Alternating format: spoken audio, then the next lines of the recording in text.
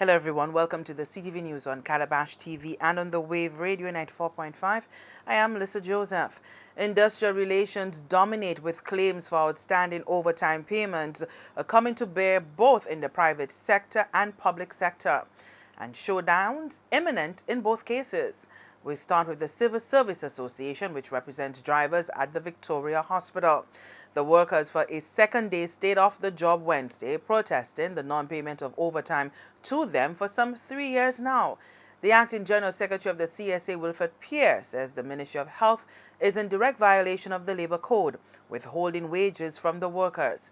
However, the Ministry of the Public Service has fired back, accusing the CSA of breaching the labour laws. More on that. First, the CSA's Wilfred Pierre. Instead of dealing with the matter, people are beginning to talk about people should go back to work, it's illegal, and all these kind of things. All we are saying, we have been at the ministry for a long, we have letters to show.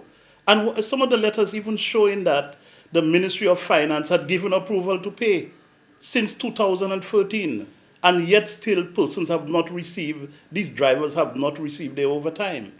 And there are a lot of issues still, in terms of the subsistence for these drivers, in terms of paying the rate of payment, but that's going to be dealt with in a different at a later date. But what we are saying, these persons have been owed overtime for over 3 years.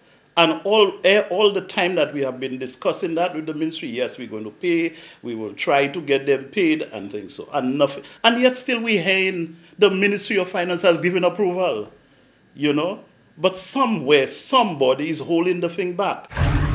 Now, in a letter dated July 28, 2015, and addressed to the Acting General Secretary of the CSA, Wilfred Pierre, the Public Service Ministry, the Permanent Secretary in the Ministry of the Public Service, Philip Dalso, said the CSA action has serious consequences.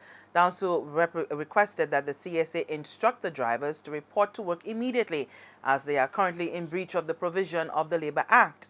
It was noted in that letter that despite an agreement that the CSA and the Public Service Ministry would meet bi-monthly, an entire year elapsed before a meeting was held. The Public Service Ministry claims numerous attempts were made to convene a meeting with the CSA, but this proved futile. Wilfred Pierre says he's not aware of any such agreement. You see, people take people for papi show in this place, People do things, and as soon as you take action, all kind of things come up. We had discussions, we were supposed to do this, we were supposed to do that, we have met with you all before.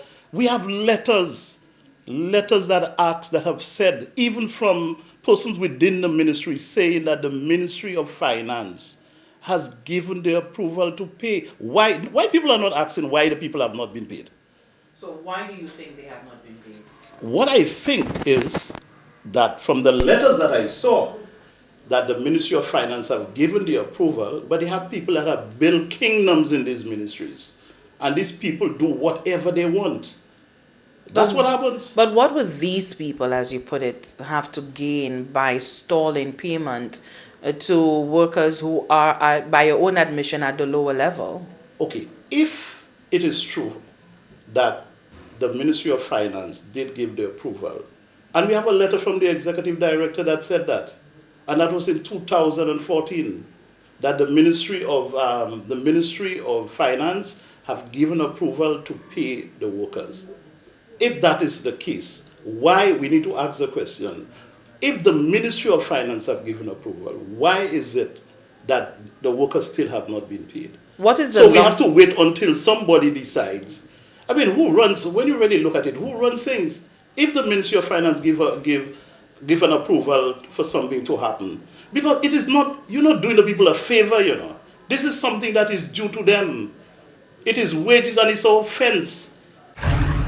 Philip Dalso said the issue of overtime payment was discussed at a June 30th, 2015 meeting with the CSA, but the union decided to continue discussions with the Ministry of Health first, and said it would only refer to the Public Service Ministry if the issue gets out of hand. As I said before, I have seen documents where the Ministry of Finance have given approval. So how can we blame the government? We have some people, as I said, building kingdoms and they're causing problems. These are what the minister need to address. You know, and people are blaming people for things, and it's not the people that are responsible, you know. It's not the people that are responsible. You have I mean, why is it that we have letters where the finance, you know, the finance ministry give approval to pay? We have letters saying where the executive director is telling our own ministry that finance have given approval to pay, and yet still it's a whole year and a half. So where is the neck of the bottleneck? Have you discovered where, what department is holding back This this is pay? what the Ministry of the Ministry the Ministry of the Public Service need to look at, and the Ministry of Health. That's what they need to look at, you know. That's why we have all these problems, you know, right? They need to look at these things. Permanent Secretary Dalso also said he has been informed that overtime owed to the drivers is in the amount in excess of 30 hours per month for the period 2012 to 2013, and those payments are likely to be made soon. The Ministry of Health has referred this matter to the Labour Commissioner for appropriate action. And speaking of the Labour Commissioner, on the private sector end, the National Workers' Union has taken the Labour Department to task, accusing it of creating a fertile environment for employers to shortchange workers. The NWU has for a second time written to the Acting Labour Commissioner, Ray Narcis, with regards to overtime owed to employees of Secure St. Lucia Limited. A staggering $700,000 is owed for a period of 2 years. Deputy President General of the NWU, Solis Myers, says the situation is a blatant violation of the laws of the land. We had a number of meetings with the Labour Department. The most recently was probably about maybe 6 to 8 weeks ago, where we sat down again, the three parties, and basically let the Labour Department and the company know that the $7,000 is outstanding, it is owing, and all arrangements have to be made or put in place so that the workers can get their money, because by law it is due to them. And what we are asking for is for the Labour Department to do what it is supposed to do, which is facilitate and make sure that these payments are made, because in truth and in fact, what the company did was go against the law. So we're asking them to do what is correct and do what is right by the workers.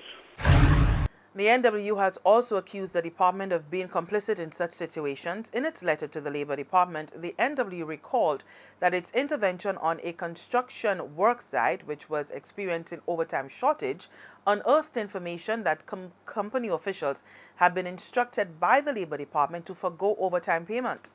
Another encounter with a security firm also pointed to instruction from the Labour Department on overtime payments. So what we've stated in the letter is no secret. We have drawn it to their attention.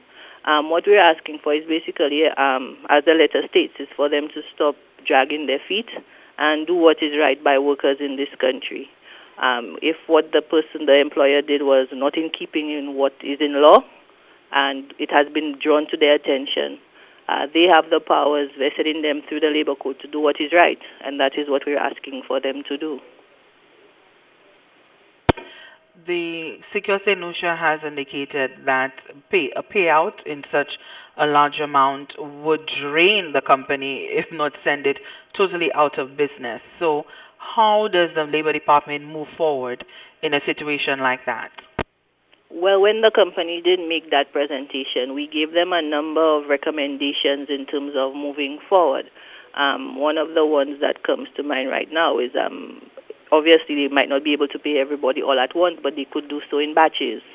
So at least you, say for example, you go in batches of 10 to 20, you would clear that off, and then another period do another 10 to 20, clear it off until you're able to satisfy everybody, because what you don't want to have happening is a dangerous precedent being set, where there is a law and people are not adhering to the law, and that is what we need to avoid.